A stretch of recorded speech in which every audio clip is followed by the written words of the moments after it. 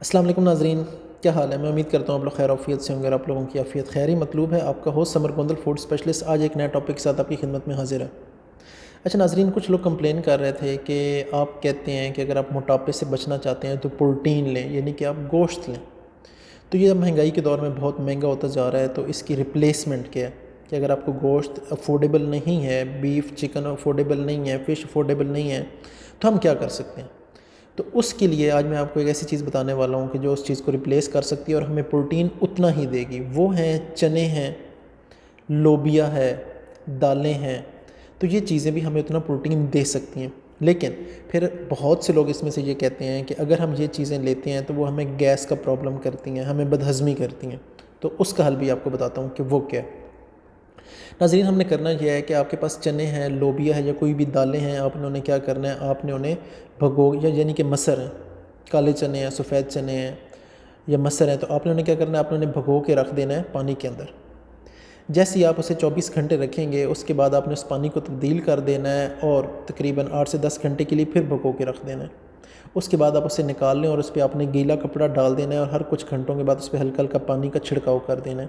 جس ٹائم وہ پھوٹنا شروع ہو جائیں گے، جب وہ سپراؤٹ شروع ہو جائیں گے، جب ان کی جڑیں نکلنا شروع ہو جائیں گے، تو جس ٹائم وہ جڑیں اس ناخن جتنی تقریباً آدھے انچ تک ہو جائیں یا آدھے انچ سے بھی تھوڑی کم ہو جائیں، تو آپ اسے یوز کر سکتے ہیں، ٹھیک ہے۔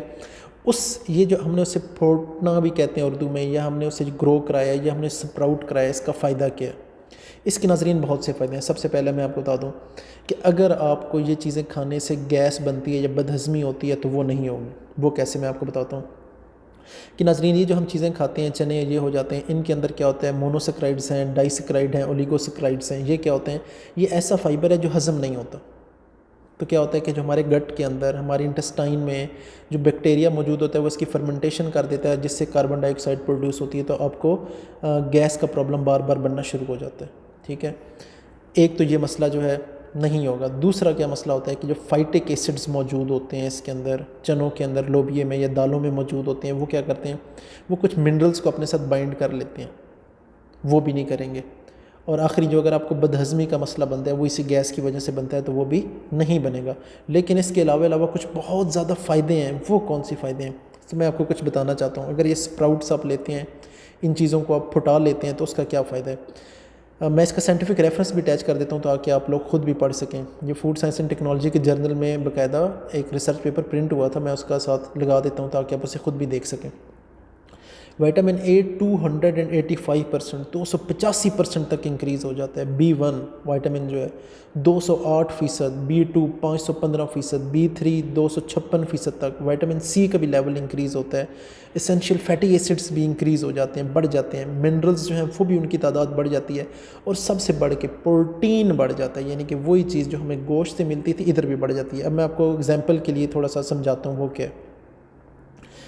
اچھا ناظرین، اگر آپ بیف لیتے ہیں، بیف کے اندر پروٹین ہوتا ہے 26 سے 27%، یعنی کہ 100 گرام پروٹین ہے تو اس کے اندر 100 گرام بیف ہے تو اس میں تقریباً 26 سے 27 گرام پروٹین ہے۔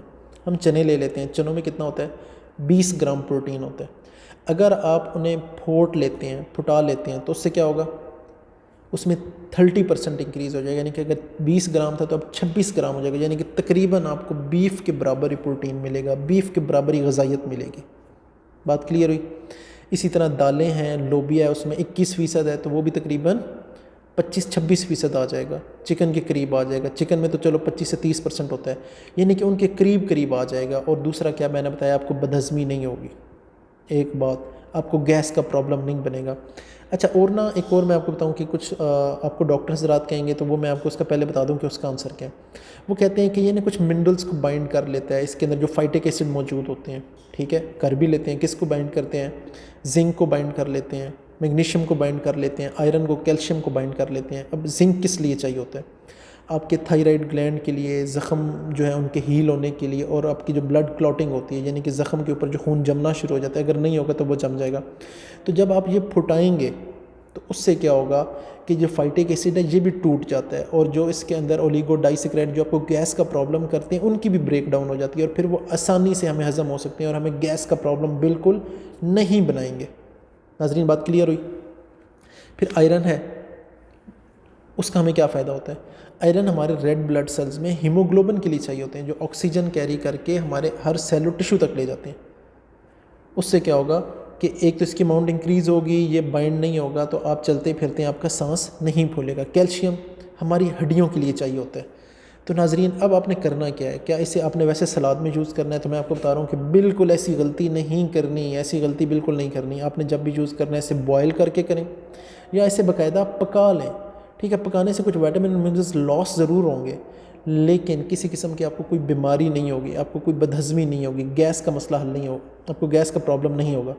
تو ناظرین میں امید کرتا ہوں کہ یہ جو آپ کے مائنڈ میں کنسیپٹ تھا کہ گوشت بہت مہنگا ہے، مچھلی بہت مہنگی ہے، چکن بہت مہنگا ہے، اب ہمارے پاس اس کا آلٹرنیٹ سورس موجود ہے، میں نے آپ کو بتا دیا، اور جو اس سے مسائل بنتے تھے، گیس کا مسائل تھے، بدہضمی کے تھے، وہ بھی نہیں ہوں گے، اور rich source of vitamins essential fatty acid B1 B2 3 وہ بھی میں نے بتا دیا ہے۔